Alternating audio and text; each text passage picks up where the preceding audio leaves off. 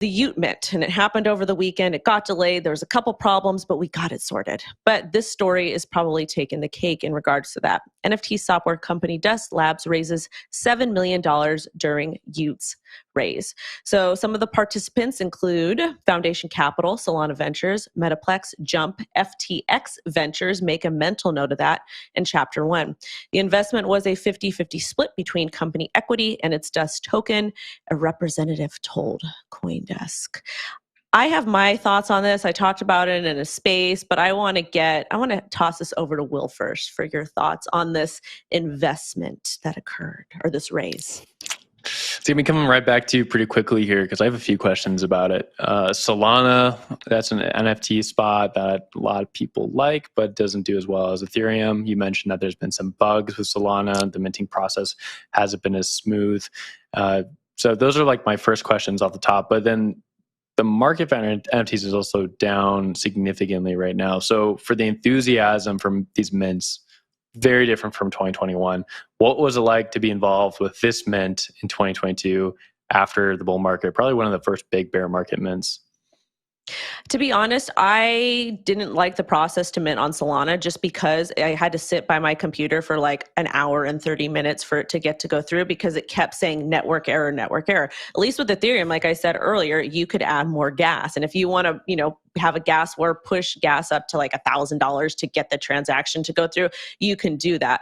Overall, though, it was a very highly anticipated project. The way that they did the rollouts, like how you got whitelisted, you had to do the scholarship thing, you had to apply. And when they announced that you were whitelisted, it was super fun. Like I was like, yay, I got, a scholarship. I was able to tweet about it. I wasn't paid at all. I used my own capital, but it was super fun.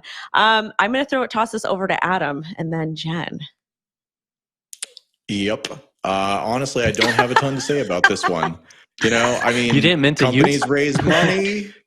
Come on, Adam. I'm not a big Ute guy. It's just, I Ute your Ute if you want a Ute.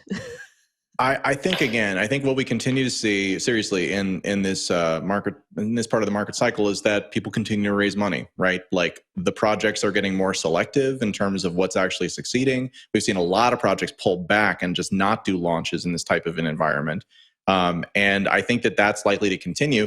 But I also think that this market tends to be really kind of follow the leader. So what you need in order to revive it is you need to have examples of this being a really good choice for people. So I think that it's not so much just about the mint. It's also about what comes after the mint. How do the prices, how do these assets actually wind up trading? To the extent that they trade well, then you get other people who say, hey, we found a new best practice.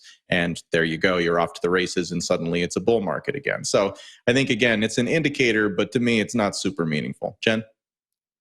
Yeah, I focused more on the raise, right? So there's some really big names that participated in the raise that Wendy mentioned at the beginning of the segment. And it said that Dust Labs is going to focus now on NFT tooling on Solana and Ethereum with that $7 million. And so I thought that was really interesting. They're focused on building out tooling, not only for the Solana ecosystem, but for Ethereum. And hopefully we can solve some of the problems that, Wendy, you experienced during the mint. I think during this current market, we're going to see a lot of the money that's deployed in the ecosystem go towards building out this tooling, right? So it's not just about the NFT projects, but it's about the utility behind the projects and making these NFTs useful when we're in the next bear market. So I thought that was interesting. Will, did I see your hand go up? Yeah, I have a question for Wendy as we wrap up. Do you think there's going to be like a split during the bear market between crypto enthusiasts and NFT enthusiasts, more so and more so? Because I saw this huge thing, and the first thing I thought was like, I just don't care.